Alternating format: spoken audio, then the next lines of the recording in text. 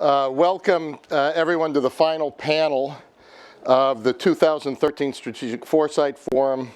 This panel is called A Fusion World Ahead, Geopolitical Implications and Strategy Options.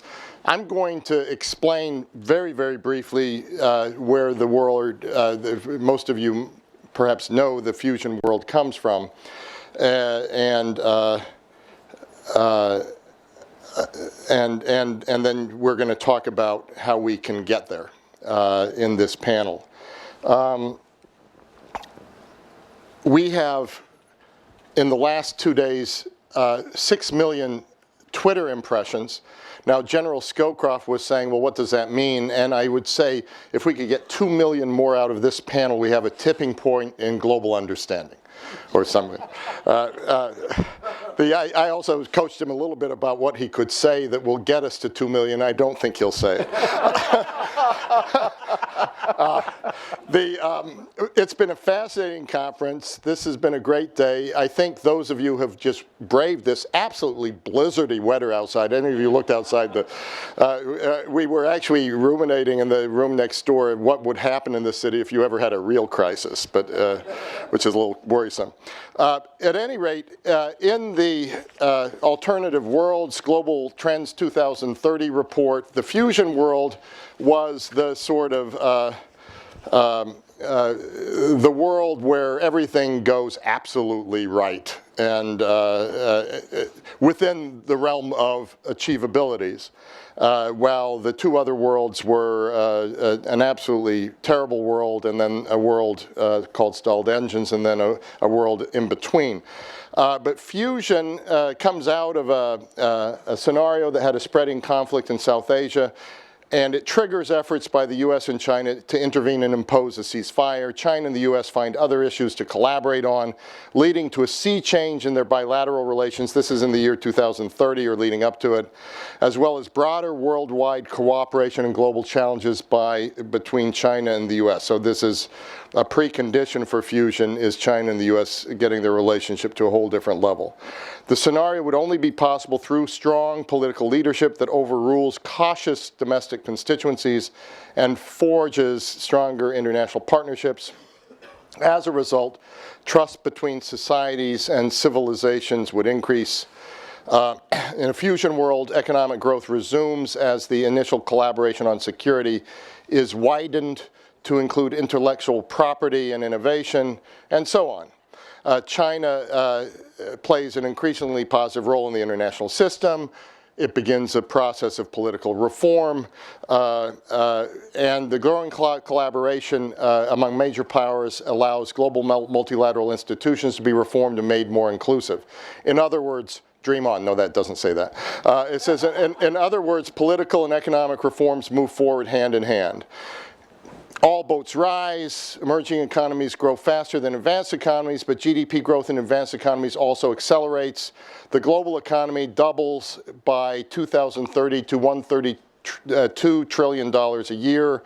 The American dream returns. Per capita incomes rising $10,000 in 10 years. China per capita incomes also rapidly increase, and China avoids the middle income trap. Europe uses the Eurozone crisis to be a catalyst for deep political and economic restructuring. So I won't go on, but you get the point. So we're going to tell you how to get to that world. And if we can't do that, we're at least going to try to draw out what we think the major factors are, using some of the technology stories, but also rising above those to larger global trends. What are we seeing that might lie between us and that fusion scenario, or might be able to empower that fusion scenario? And then what kind of decisions can one take in politics to help drive this forward? Our panelists are prominent strategists from very different fields and very different places, and have worked within government and outside of government to make foresight actionable. General Scowcroft, sitting to my left as our interim chair, told us when we established the Brent Scowcroft Center on International Security that he wanted us doing strategy, not policy. And I think what he meant by this is not that we shouldn't do policy, but that we really had to lead that with strategy. So we're trying to do that through this Strategic Foresight initiative by and large. So he's really a brainchild of General Scowcroft that we're trying to make actionable. U.S. Marine Corps General Jim Jones, the Scowcroft Center chair, couldn't be with us today, had to cancel at the last moment, so the Air Force jumped in to rescue the Marine Corps, and we're happy that General Scowcroft consented to come here. And if you want to make any right comments about the Marines, feel free to do so at any point during your remarks. In your opening remarks yesterday, General, you stressed that technology is by its nature disruptive. Quote, making sure that disruption is positive is the job of government, corporations, university, think tanks, and NGOs, indeed all of us here. So we look forward to hearing from you about how these different agents can come together to ensure a more prosperous and peaceful world. I'm very pleased to welcome Peter Ho back to the Council. He inspires our thinking very often. He was with us 2 months ago for a roundtable discussion on the issue of building actionable foresight for urban resilience. He's a senior advisor at the Center for Strategic Futures, housed in the Singaporean Prime Minister's office. In his 34 years of public service in the Singapore government, Peter has witnessed the transformation of so much of the world, the incredible rise of Singapore and the impact of rising complexity on government. He recently stressed that in a complex operating environment where cause and effect links are less clear, one has to be prepared to try things out. So we look forward to hearing what you think government needs to try out next. And then Peter Schwartz, last and certainly not least, Senior Vice President of the Global Government Relations and Strategic Planning at Salesforce.com. Peter is a renowned futurist, one of the most renowned futurists, specializes in scenario planning, working with both the corporate and the government world to create alternative perspectives of the future and develop robust strategies for a changing world. His book, The Art of the Long View, has been a seminal publication on scenario planning and is a must-read in many business schools across the country.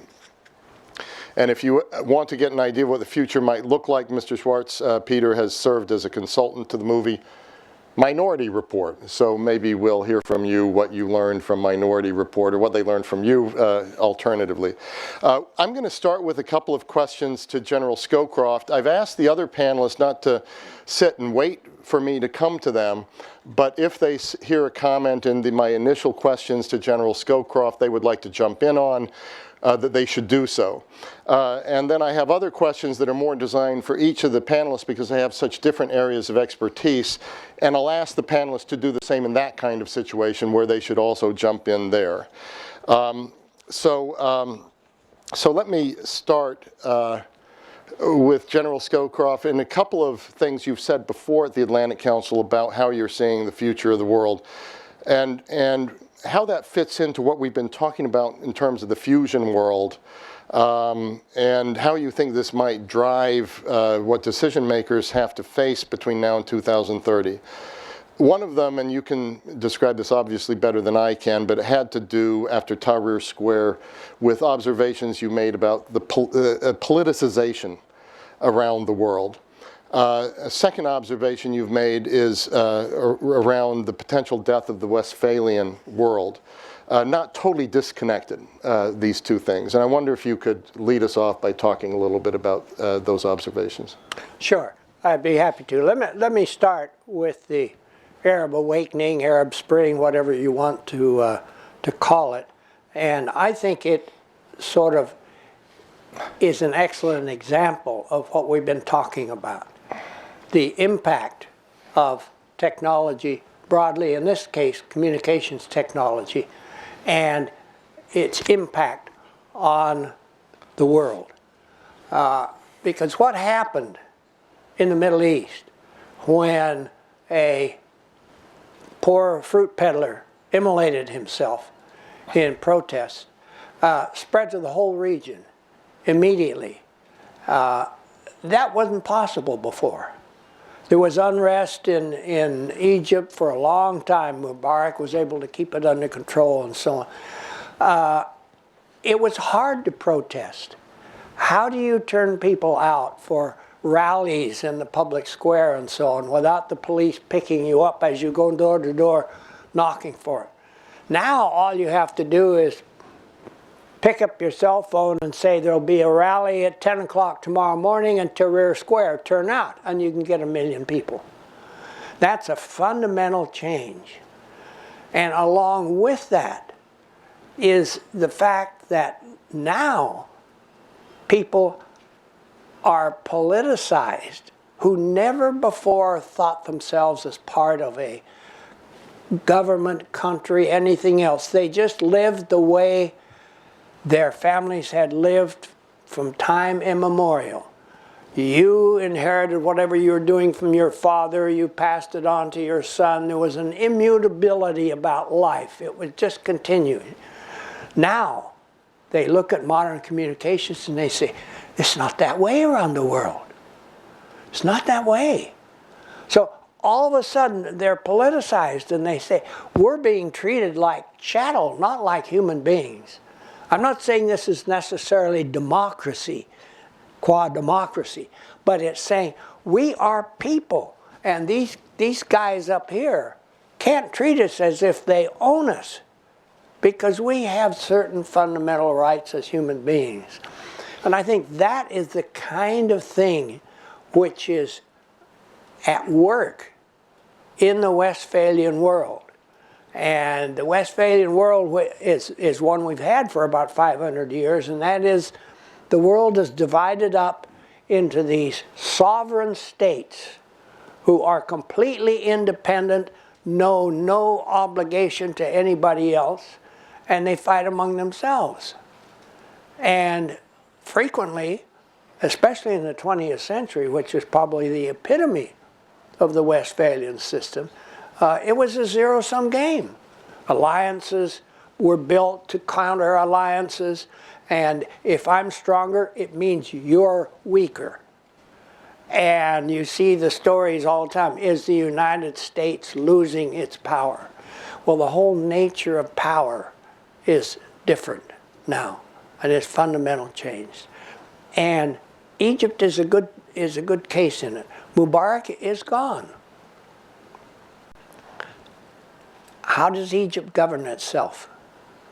The only other power that was really organized in a semi-democratic way to take the sinews of power was the Muslim Brotherhood. It behaved like a political party. It had its sinews out into the public. It did good works. It did all those kinds of things. So when Mubarak's machinery collapsed, the only thing left to reach out and deal with the people was the Muslim Brotherhood. So it's not surprising that they ended up in control of the government. But the question is the Muslim Brotherhood just a political party, or is it an Islamist party that means when they get in power, they transform the whole thing into an autocracy? The problem, though, is the democratic forces are not organized, and it takes a long time to build a political party. You have to find people in all parts of the country who believe in you, who are prepared to raise money and proselytize and so on. So they're way behind. And so what is Egypt falling back on the military? And that's the kind of a world that we're in now. And we're in this sort of space between a fusion world down the road where these modern forces of technology are transforming everything we do, and our roots deeply embedded in this Westphalian system. And we do such interesting things. For example, one of the results of this new system is terrorism and the worldwide impact of terrorism because of communications. You can get people unassociatable before to work together. And how do we deal with it? Well, what the United States did is declare war on terror. Now, how do you do that? Terror is simply a particular way of killing people.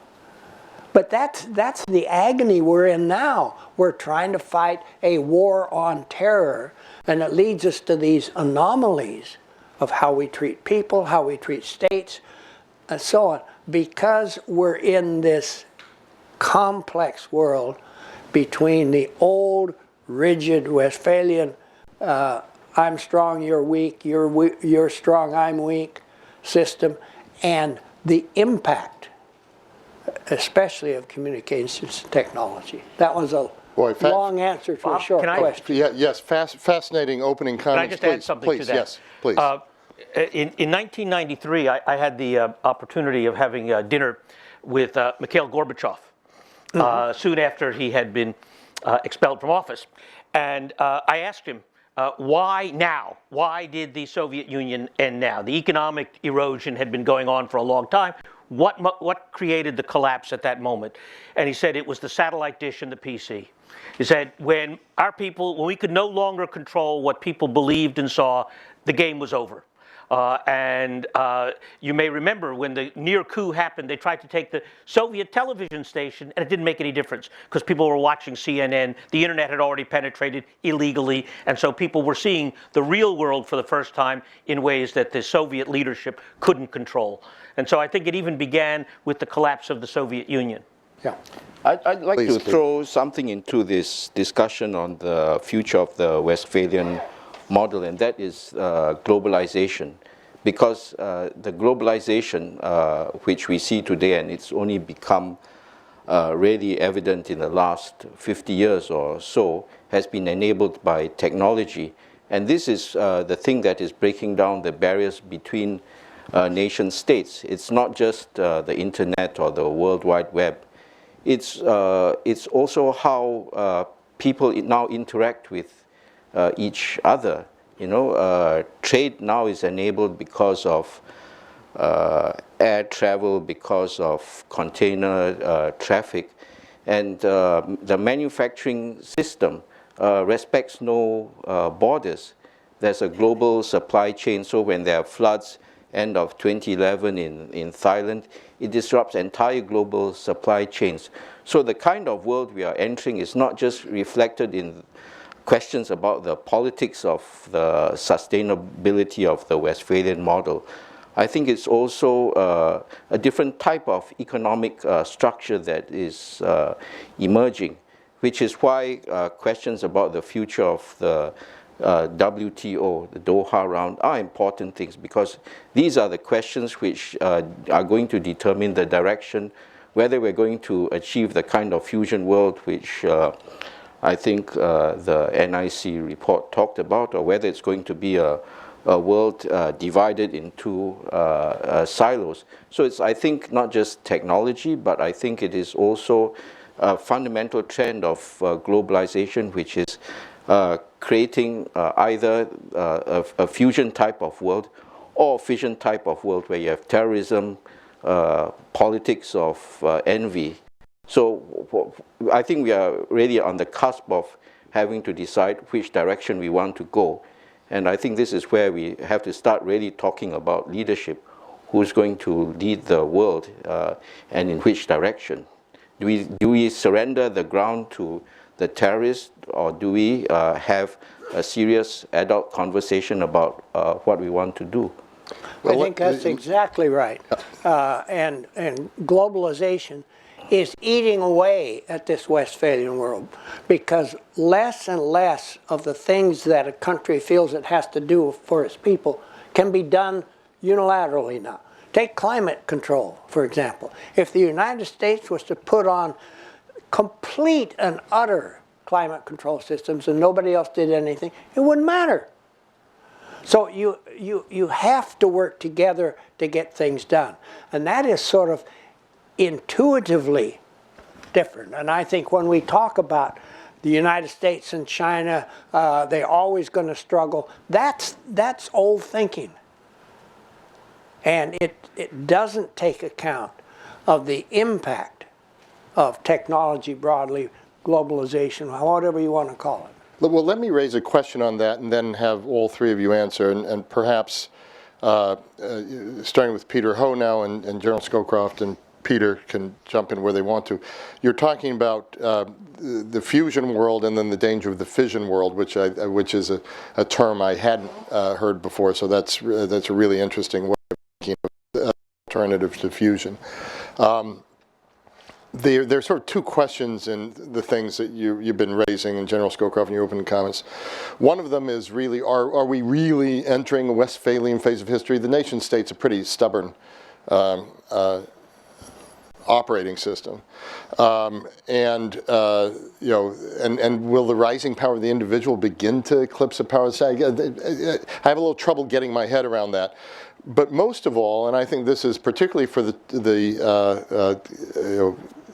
Peter perhaps thinking about the government of Singapore and other governments, and General Scowcroft in terms of the role of a national security advisor or president of the United States, is how do government leaders respond to this middle state that General Scowcroft has talked about, between the fusion world and where we've got roots, as you said, roots deeply embedded in the Westphalian system, and we're a space somewhere between fusion and this Westphalian system.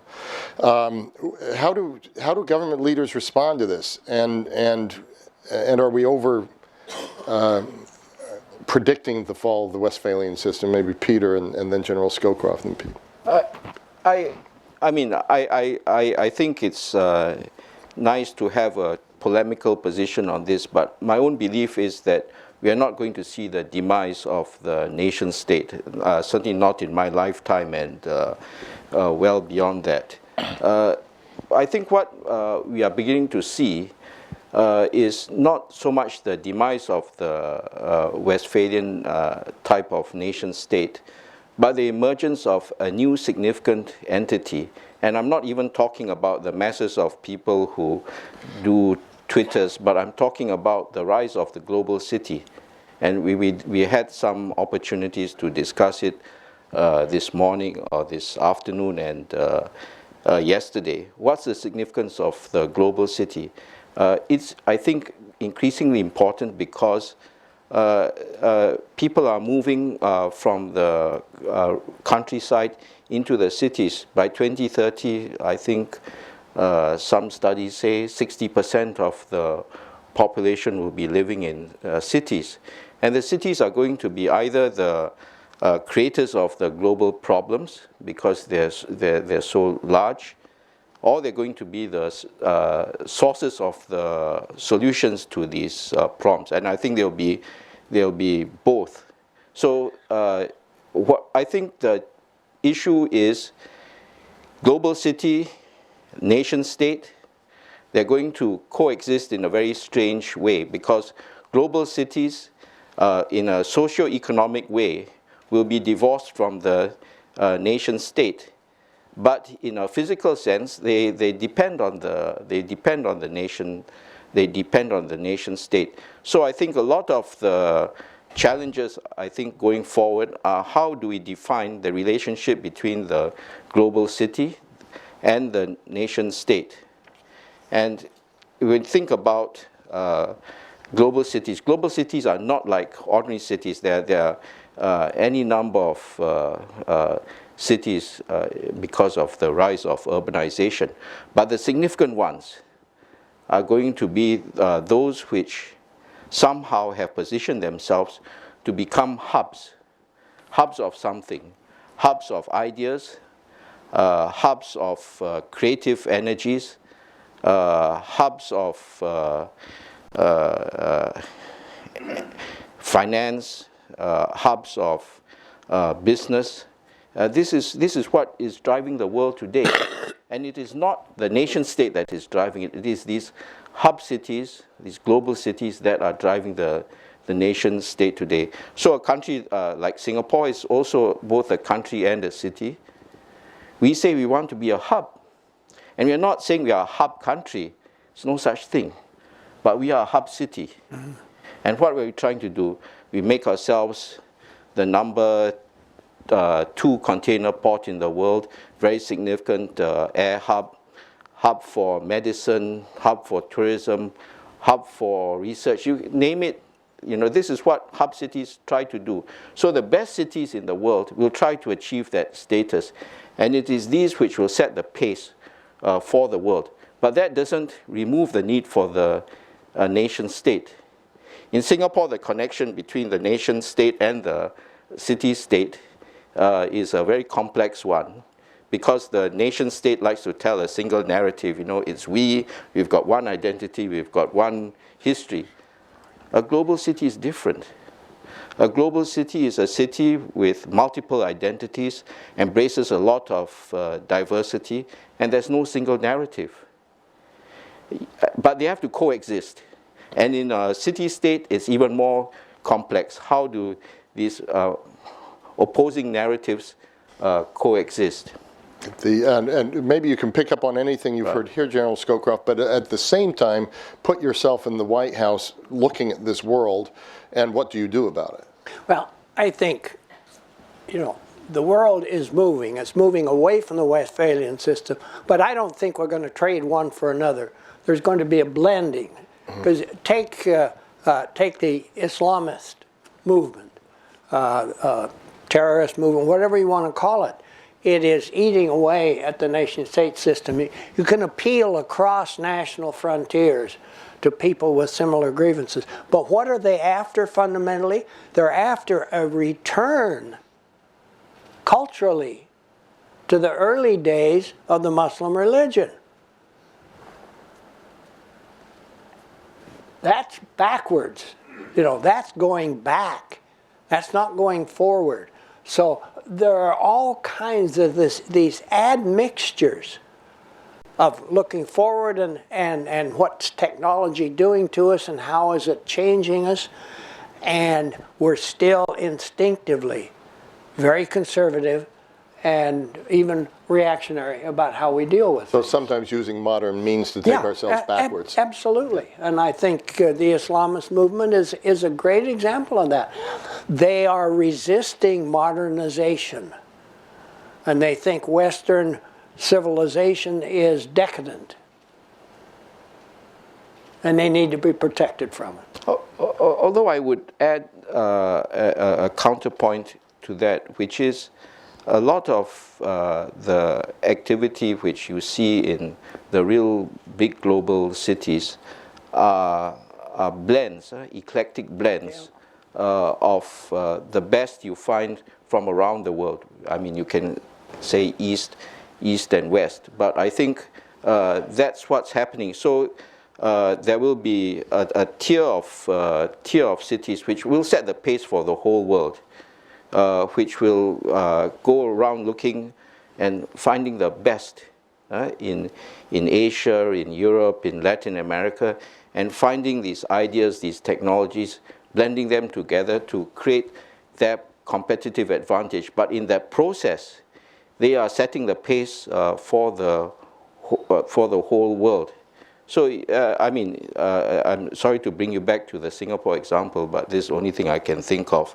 I think Singapore is the quintessential example of what's going on. So we have things like Yale NUS College, which is a liberal arts college, but using the liberal arts program of Yale, but combined with an Asian setting and using Asian traditions.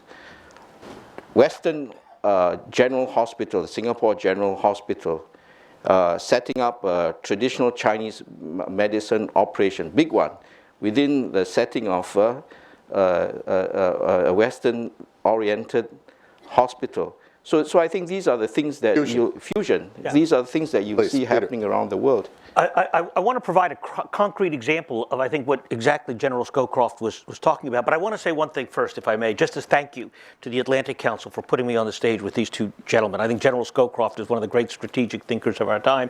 And most of you who don't know Peter Ho, as I do, know that Singapore is one of the great political achievements of the last 50 years. And we all know about Lee Kuan Yew, but the guy who actually makes it real, Peter Ho. So I'm really honored to be here. Something you may not know, and most of the world doesn't know about this yet, and it's just a small hint in the press a few weeks ago.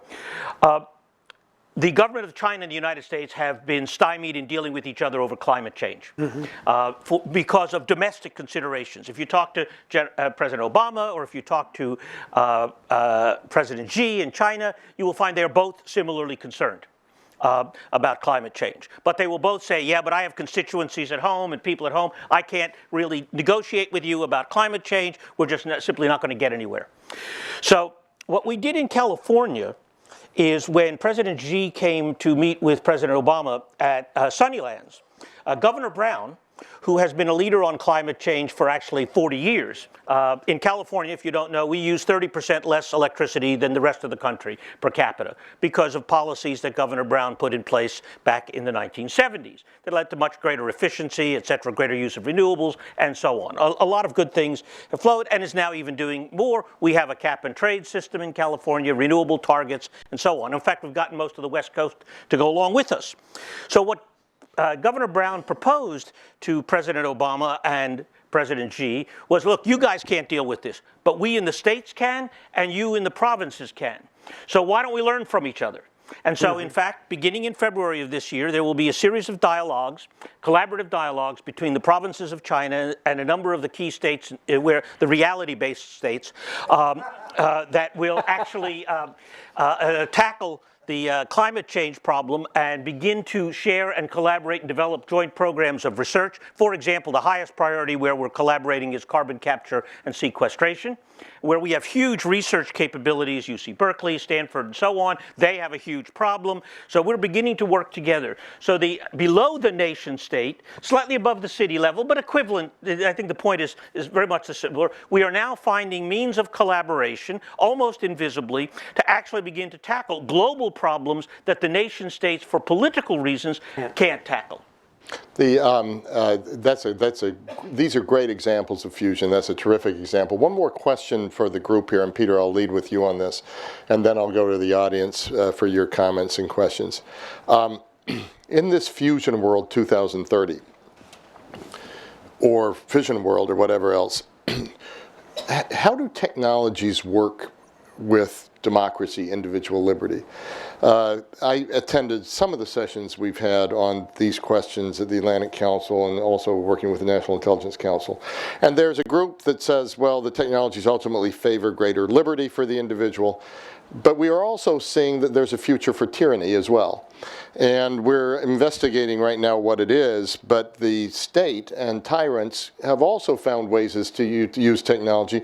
And it's not altogether clear to me which is going to be dominant. And I wonder how you look at this, because technologies give the state greater power to monitor citizens, to spy, et cetera, et cetera. Chinese firewall is bigger than ever before. But on the other hand, we're also seeing the politicization that General Scowcroft's talking about, and the way that ideas spread and become viral. So Peter, maybe you can take that on, and also I'd love to hear from the other two panelists as well on this. Well, today I didn't bring my micro drones with me. And I'm not kidding. I have a small fleet at home. It's just one of my closest friends is a guy named Chris Anderson, who wrote the book Makers and is also CEO of a company called 3D Robotics. And he and I spy on each other quite regularly with our drones. His are better than mine, I might say. I built one of them on my 3D printer. I would also say that too. Or big parts of it, the wings and stuff like that, came off my 3D printer. Will you promise to bring them on your next trip to the Atlantic Council? They're actually a little too big to put in play. They're about this big. They're not the spider size we heard about the other day. Yeah. I think unequivocally, the power is moving toward the individual in this respect. The tyrannical states can try and keep trying, and it's not that they will stop trying. The desire for control and power is profound and isn't going to go away. But the tools that challenge those powers are becoming vastly more ubiquitous, easily accessible, and far more powerful than they've ever been before. And I think information tools, tools like, call them micro drones, the tools that were only in the hands of the state now are increasingly in the hands of individuals. And I think that power shift is quite fundamental. Now, that doesn't mean that that isn't going to be a constant struggle. But it does mean that once where the individual had very little power, they now have much greater power. And that, by the way, is not limited to the state. It's true in organizations. In my company, that's what we do, is we empower individuals in organizations to participate in new ways. And I think that sense of the technology enabling individuals to know more, express more, act more powerfully, connect with others in ways, mobilize power in ways that they couldn't before, all change the balance of power from central authority toward the individual. Thank you. Do you agree? And I think that could be one of the most dangerous aspects of it all. I didn't say it was going to be better ordered. Yeah, the super empowered individual disruptive. That's, yes, because that's really why we established government. Yeah. To curb the individual powers in the interests of society. But I'm not sure, you're the technologist, I'm not. I'm not so sure that the government will not be able to move faster than the individual. If you look at the whole Snowden kind of thing, the government's way out in front on this one, and they may succeed in staying out in front with even worse effects than if the individual does. Explain how the I'm not government's sure I way out in understand front. that. Well, the government listens to everybody now. Right. And I don't know how much, in fact, but if you read the papers, the government can find out what any one of you, who you're communicating with, what you're saying, so on and so forth. That is the power of government that we haven't ever even approached in history before. And that gives the government huge powers. Aha, you've been doing stuff that's illegal. Yeah, we live in a world of radical transparency. Yeah. I think that is true. I think that is true. So, And I think it's a two-edged sword, and that gets back to the fundamental question but Ed we Snowden have. turned it on its How head. do you make this a force for good rather than a force for evil? So you had a super empowered government uncloaked by a super empowered individual, Snowden. Who walked off with a laptop. Yeah, Right. exactly. I got a slightly different take, and perhaps we should look at technology and its relationship to the nation as well as its relationship to the government. I think we talk about technology as if it's today either the panacea or the source of all our problems. In fact, I think there's a danger that governments see technology as the fix. You know, you got a problem, you use technology and you solve the problem. I think in future, the smart governments will be ones in which they understand that technology both has upsides and downsides, but technology must be put within a particular setting. That means not just the technology, but how does it work with people? How does it work with regulations? And then put it all together. Because this is a very complex system. If you just say the internet will solve all my problems or social media will solve all my problems, you forget that there are also consequences in terms of how the people will use that technology. So they have to look at it in a much more holistic way. And I think this is going to be a big challenge for governments going forward. How to use technology, not in and of itself, but in connection with the other tools that they have at their disposal, the ability to manage behavior. You know, there's been in the newspapers talk about behavioral insights groups and nudge. You know, how do you use that? And you have to combine these things. I think the problem is we think technology is a fix, and if there are problems, we just throw more and more technology, or we say technology has failed. Technology is just an enabler. But Peter, look, you had the experience in Singapore of the last general election, okay? And it was a remarkable event that happened in that general election. Singapore has been driven by great political leadership, great bureaucratic leadership, but leadership that thought that it knew best for what the people, what was really good for the people of Singapore, and delivered it. Well, Singapore is now almost 50 years old. People are beginning to say, I have some idea about that. And yes, it was democratic, but it was a constrained democracy, right? Organizing opposition was a bit difficult, and getting right to demonstrate and rally was a bit difficult, and the state controlled the newspapers and the television, and they were open and benign. It wasn't authoritarian in any nasty sense. But what happened in the last election? What happened in the last election, they said, well, look, this time you can use all the social media you want. You can organize on Facebook and Twitter any way you want in the streets. And what happened? The results went from 85% for the government down to about 65% for the government. Now, they still get 65% of the vote, and any American politician would be very happy with that outcome. But the real result of that is what I'm observing, because I spent a lot of time in Singapore and with the leaders, is they're now listening in ways that they never listened before. It isn't that they weren't attentive to people before, but they're listening. And what has now happened is that Singapore has become much more democratic in a really much more conventional sense. I said to the Prime Minister after that last election, I said, look, this was a family-run business before, and now you've gone public. And you've got shareholders who are watching and demanding results in ways that they never have before. And I think, in a sense, even in a place as benign and forward-looking as Singapore, these technologies have opened the game. Any response to that? I think we'll go, yep. No, I mostly agree with Peter. I'm not disputing that point. Yeah. I'm only saying that governments have to know how to use the technologies in an intelligent way. And mind you, after the challenges which were quite clearly evident following the elections in 2011, so a big effort to engage in consultations with people, and it was not using technology. Yeah. It was really face-to-face consultations. It was an 18-month process called Our Singapore Conversations.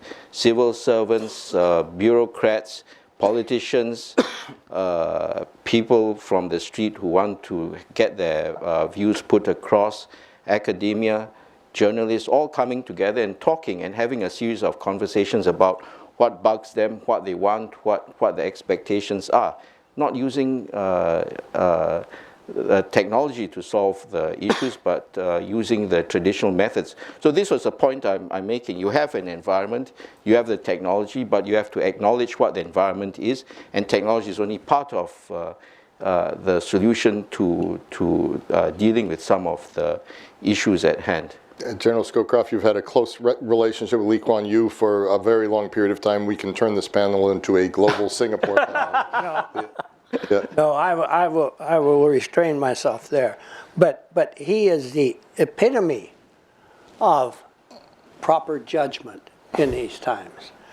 And I think the fear is that we will not follow proper judgment. Mm-hmm. And that modern technology, for example, makes us all vulnerable in our credit card pockets, right, theoretically. Well, suppose that becomes endemic. The government will say, we can stop that, and they'll stop it by an intrusiveness that will take away our liberties. Those are the kinds of things that we have to worry about. And, mankind isn't made up of all good-thinking people. There are bad-thinking people who want to take advantage of this technology for their own narrow aim. And that's the nature of the problem. Jonathan, why don't you get us started? And then I see a couple of others have already raised hands around the room. And there are already a lot of questions, so I'll get to you as quickly as I can. Short questions, say to whom you want to target them. And identify yourself, please. Yes, Jonathan Paris, a non-resident senior fellow here at the Atlantic Council. Also, I lived in Singapore from 1980 to 83, so I do know a little bit about Singapore. The question really follows on Fred's introduction. The first paragraph he read from the global trends was about China and the U.S. getting together to cooperate. And my question is, as China gets more powerful, won't it want to change the rules of the game, the rules that have governed the so-called decadent West and in this post-Westphalian system? If we have to work together and China wants to change the rules, isn't that going to make fusion an awfully difficult prospect? General Scowcroft? I don't think necessarily so. I believe that's correct You know, Bob Zoellick said China needs to be a responsible stakeholder. Well, they don't consider this system their system.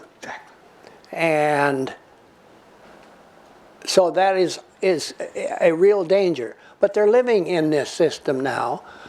Sure, they would like to make some changes to it. And it could stand some changes. It depends what the character of the changes are.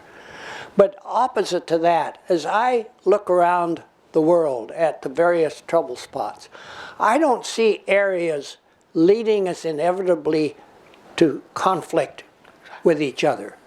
There aren't any Hitlers out there right now. There aren't any Stalins out there right now.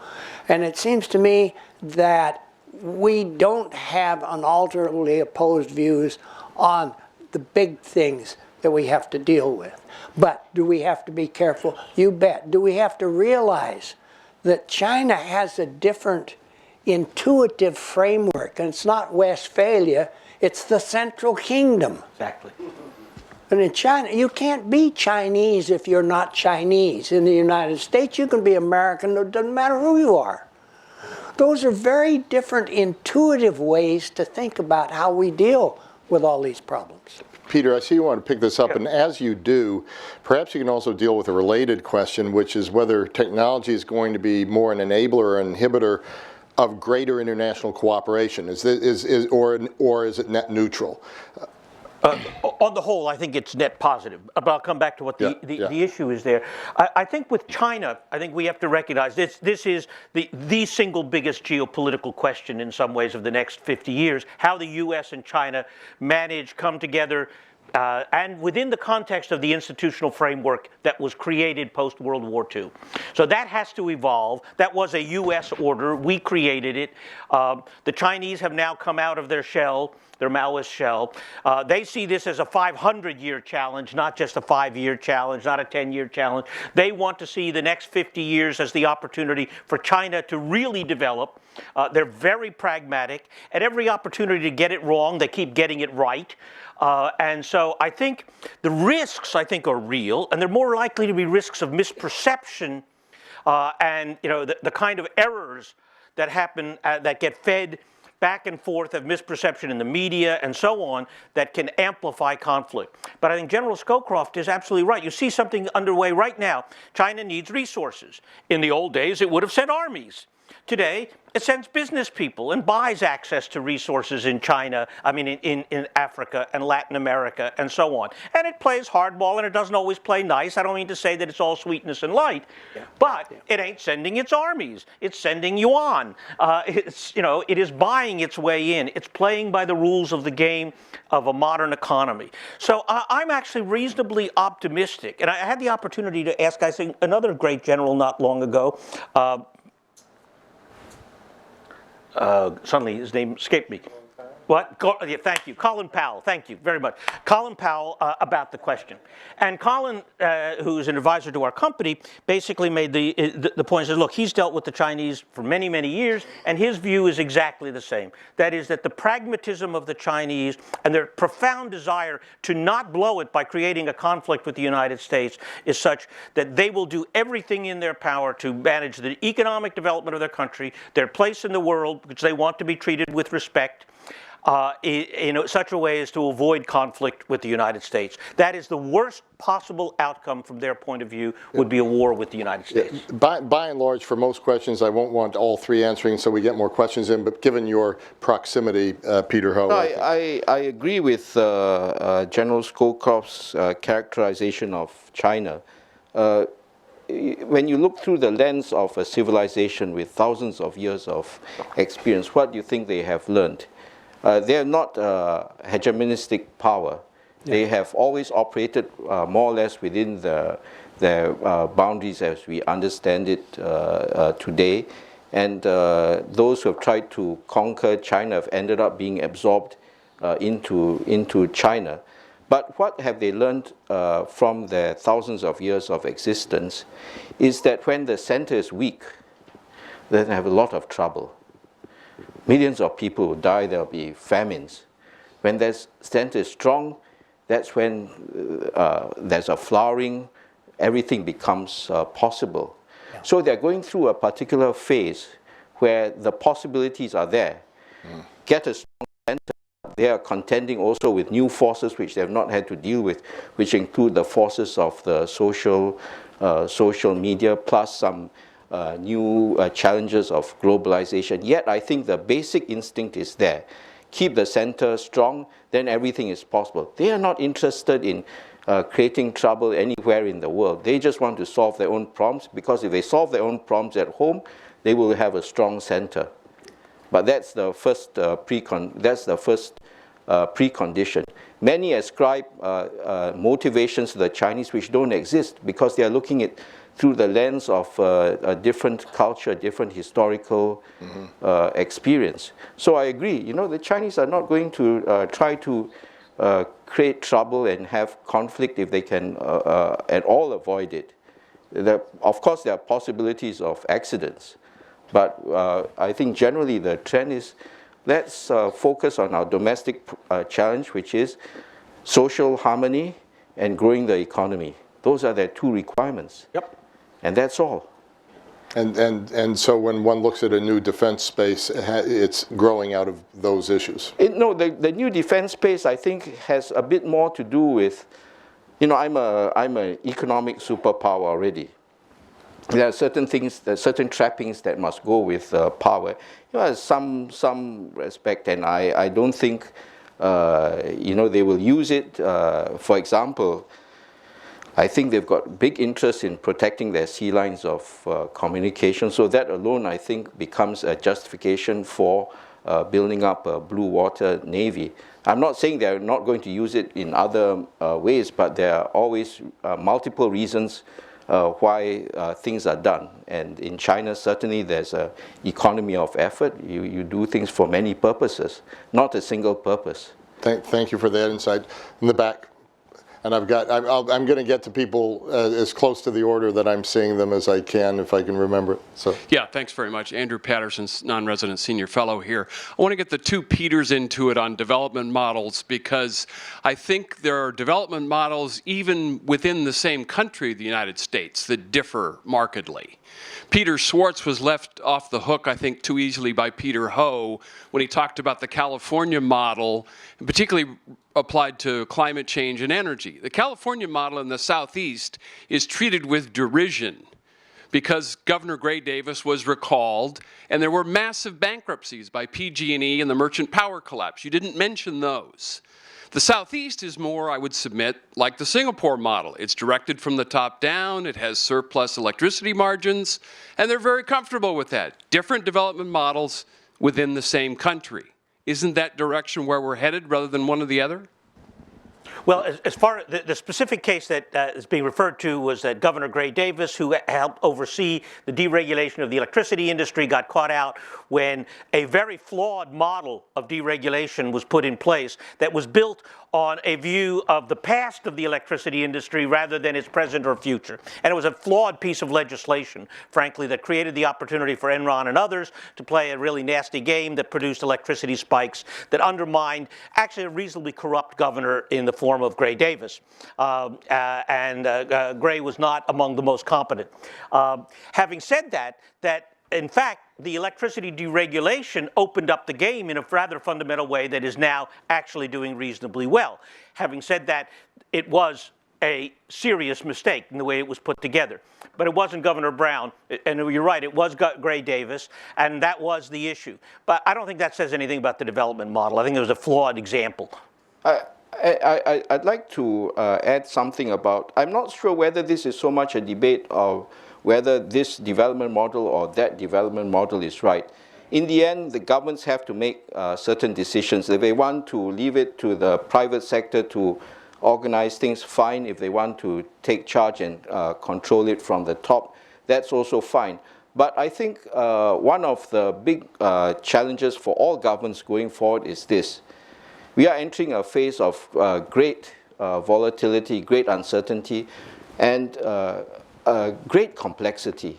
And this means that whatever we plan today, whatever policies we make today, whether the California model or the Singapore model, inevitably will reach a point where they no longer functioning as they were intended to function.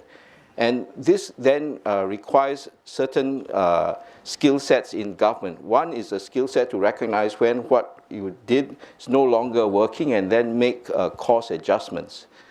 Secondly, to avoid being plunged into this kind of situation, better start thinking long term. Think about what kind of future you might be facing. That's why we admire Peter Schwartz, because of his scenario planning, which we have embraced, because we think we face uncertainty, we better know what kind of uncertainties a future could possibly bring. The third point I'd like to make is experiment. When you're not sure, you still have to make a decision. And when you make a decision, well, there's a risk, manage that risk in a strategic way, and be prepared to experiment. Try things out, see what works. If it works, then continue to roll it out. If it doesn't work, well, put it down to experience. So I think that is, some things which governments have to learn. And also to bring the people on board when you start doing these experiments, because if not, the governments will be blamed for failing and wasting public money. Can I ask General Scowcroft a question? Yes, you certainly may. You know, Don't I have something to say You also about may this? answer. I want to talk about international institutions. If one looks at the post-war era, what one saw was, you know, if you compare 1900 to 1950, 1900 to 50 was just a terrible, worst period of human history. One big war, World War I and World War II, you can put it together. But post-World War II, with the United States leadership, we created a framework of relative peace and stability. The first half of the 20th century, we killed 180 million people in war. In the second, 20 million. Now, that's not bad, that's not good, but it's a whole lot better than 180. Having said that, that framework of institutions seems very badly frayed in the context of the current world and the kind of breakdown of the Westphalian system, the varieties of issues we're dealing with, climate change being a good example. What kind of evolution do you imagine for this system that we're seeing here, the framework of institutions, the UN, NATO, World Bank, IMF, all those things that have been important to produce relative peace and prosperity over the last 50 years? I wish I knew. You know, we've been trying a whole bunch of things. And, you know, we had the group of 8, group of 9, group of 20, and so on and so forth. Different ways to deal with it. My own personal choice would be to try to do something about the UN. The UN was built in a hurry, in a way. It has some good parts and it has some very bad parts. For example, the United Nations Secretary General is not the director of the UN, he's a chief clerk. He doesn't control the budget, he doesn't control personnel. A government couldn't run that way. But I think the forces of globalization are pushing us all together. The institutions of globalization are nowhere. And that we need to think about seriously. Thank you. I'm going to pick up a couple of questions here as they're piling up. The woman right here in the third row back, I think fourth row, did you have a question? Oh, yes, please. Yeah, thank you. Patty Morrissey, Nick Strategic Futures Group. Oh, sorry. Patty Morrissey, Nick Strategic Futures Group. We're going to be doing the next Global Trends 2035. So there are a couple themes that really struck me, and one of them was the issue of not seeing technology as the solution.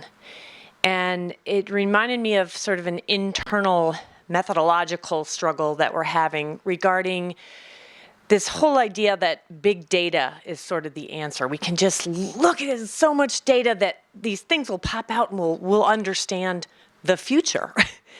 And I guess the problem I have with that is the future is not something that we're trying to figure out like a puzzle. It's something that we're trying to create conditions for a future that we decide as a community we want. And that is not a puzzle. It needs to be based on evidence that we see today and trend lines that we understand and human interaction and brain power thinking through how these things intersect.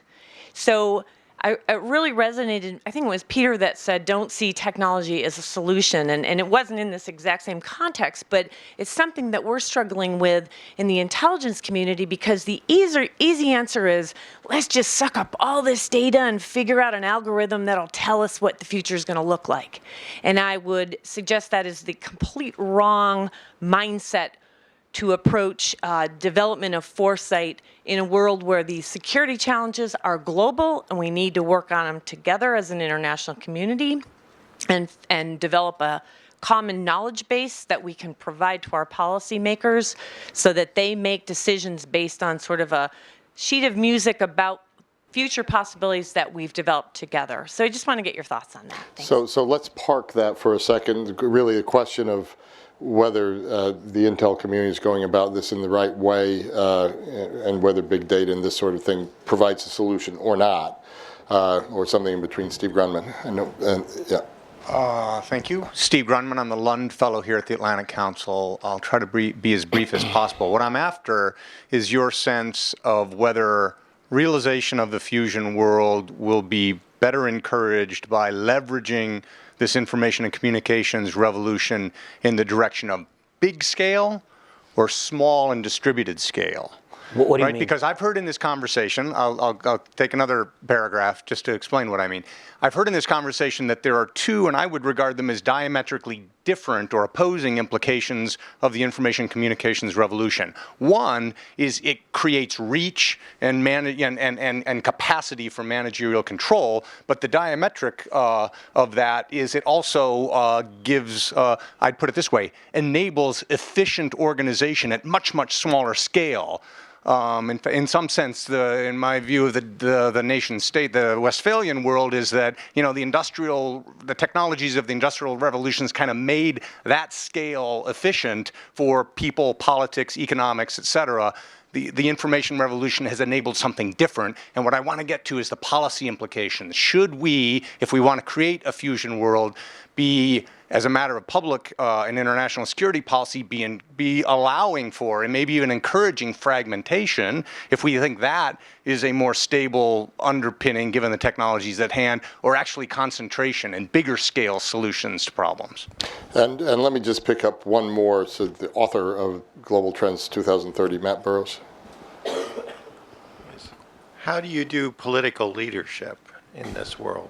I mean, if you give advice to leaders, I mean, it seems to me that all the things we're talking about, globalization and the post-Westphalian world, it's not really good news for how you act as and can act as a real leader. Let's pick that one up first, and General Scowcroft, and then the more technological oriented. Obviously, the two of you can pick up this as well. And on the political leadership in this world, it's everything we've discussed so far, plus the fact the U.S. is at 18, 17, whatever percent GDP versus 50% in 1945, if I'm not mistaken. General Scowcroft. I think that's a problem to which we don't know the answer, because it's fine. Communications is empowering the individual, but it's also, I think, leading to a diffusion of thought. And my blog's just as good as your blog. I don't have to read yours. I just read mine and people who agree with me.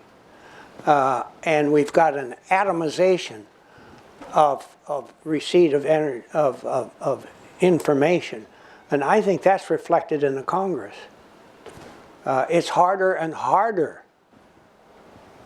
to come to agreement, because people want their world, not any part of anybody else's. And so the notion of compromise has really become a dirty word. And that sort of force, plus the force of nationalism, which is likely to be impacted by all these. And China may be as benign as can be, but some of the things they do run the danger of increasing nationalism and in a force that the Chinese government can't control. And not to be too stubborn on getting the answer, but really hard world, leadership is taking the world you've got and doing the best you can with it. So what does a president have to act differently in this world than in the world where you were National Security Advisor? I think things are not nearly so sure as they were. Everything is more cloudy, more diffuse, and the options seem less obvious. More multitudinous, less obvious. I think we are feeling our way in a manner that for this country we've never had before. Yeah. That's the way I think. And I think that this technology we're talking about is not necessarily helpful in getting our way through it. Can I add something to that? I think Matt has asked, I think, a rather profound question. And that's not to denigrate the other two questions, and let's come back to those for a moment. Which you'll also get to. Yeah, we'll get to those. But I think, Matt, you've asked an extremely apt question. And I think it is, I think, difficult, but I think we have a hint. I think we have a hint, not an answer, but a hint as to where it can go. And that is, I don't think in this world that I think Peter described as incredibly complex, very diffuse, very fast-moving, you can have kind of the conventional top-down control leadership. Let me tell you where we're going, let me tell you how we're going to get there, and let's get moving. I think you aim for coherence rather than control. And how do you achieve coherence? You define context. You define language that enables others within that system to act quasi-independently in the context that you have defined. That is, I think the task of leadership now is to help define the context for action and to enable individuals, sub-organizations, states, cities, whatever, companies, NGOs, to be able to act in concert in the context that you have defined. And that's very different than the kind of command and control that one aspired to in the past. And that requires lots of good information, high degree of transparency, a great deal of effective communication, constant communication, and so on. And I think that is the nature of leadership. It is now trying to achieve coherence in society rather than control. And I think that has to do with the language, the communication, and the mechanisms that enable people to participate and gain a sense of legitimacy in that process. And I think that's a different kind of model of leadership. Interesting. Please. Just a comment. I agree with you. I think President Obama is trying that kind of leadership. I agree. But what I would say in response is he's not an executive. That's right. He has a big idea and he throws it out and he thinks he's done his job. That's not the job of the president. And that's the dilemma that you have aptly posed. I agree. Great exchange. Peter, you want to solve the world's leadership problems? No, I think, you know, I worry that we are passing through a very critical phase. And we've talked about the need for reform of global institutions, addressing challenges like climate change, and even big questions like, you know, big data. Who owns the big data? Who controls it? These are global. Yeah. These are global questions, and for that to happen, I think not only must you have context, but how do you get context? How do you organize people to get coherence? And I think it just keeps on returning to this point of leadership. Where's the leadership coming from? And are we, unfortunately, in a phase of global development in which we are the G0 world? This is Jan Bremer's term, where nobody has either the inclination or the predisposition to want to lead to solve the world's problems. I think in the old days you could say, well, the US is going to do that, but now it doesn't seem to be so. But China doesn't have that inclination either. Nobody has. Europe is still preoccupied with its own internal problems. So then everybody is in it for himself. And then what happens? Then you'll get suboptimal solutions. Maybe no solutions at all. And maybe that's the challenge of this particular period. I think things will change. At some point, things ought to improve politically as well as economically. Then maybe we'll be on a different level. But I foresee for the next 3-5 years, we will be in this kind of situation. Yeah. So it makes it that much more difficult to get from here to the fusion world we are talking about, the fusion world we are aspiring to. But this is a critical question. I got no answers, by the way. So I see lots and lots of questions. We've already gone a little over time. We started 10 minutes late, so I'm going to take 2 more questions. Keep your answers brief. Then we're all done. Everybody, there's a reception out there. And I'm going to take them in the order I saw them earlier. So there's one question here, and there's one question in the very back row there. So I'm sorry about the others I didn't get to. I really apologize. Tim Campbell, Urban Age Institute. I spoke about cities on an earlier panel, and so my question is we've had kind of a bipolar talk here about the nation state in Singapore. Okay, and where does technology fit into that? In California. Okay, so the California region adds a little wrinkle there. But my question is, we're beginning to see these city hubs, Peter, that you talked about, talk to each other and form alliances and think that they have influence together. And they're being asked by corporates around the world, what is your feeling? They have a voice now, okay? I don't know how much influence they have, but we see a tissue of institutional below the national level, above the hub level. How does that change your analysis of both leadership and the role of technology? And let me pick up the last question. And of course, we didn't deal entirely with the 2 technology questions. So in the final round, please, yeah. No. Well, okay, but very brief from both of you. Sorry, I apologize. Thank you. Yeah. Maria Pineda, Naval Postgraduate School. I wanted to say that, like Marcy was saying, the future is not something that is, it is something that we do. And when we're discussing the issue about the fusion future, I wanted to ask you, what type of skills do we have to educate for in order to create that? Because just as Einstein said, the thinking that got us here won't get us out of here. So what type of thinking do we have to educate our new people with?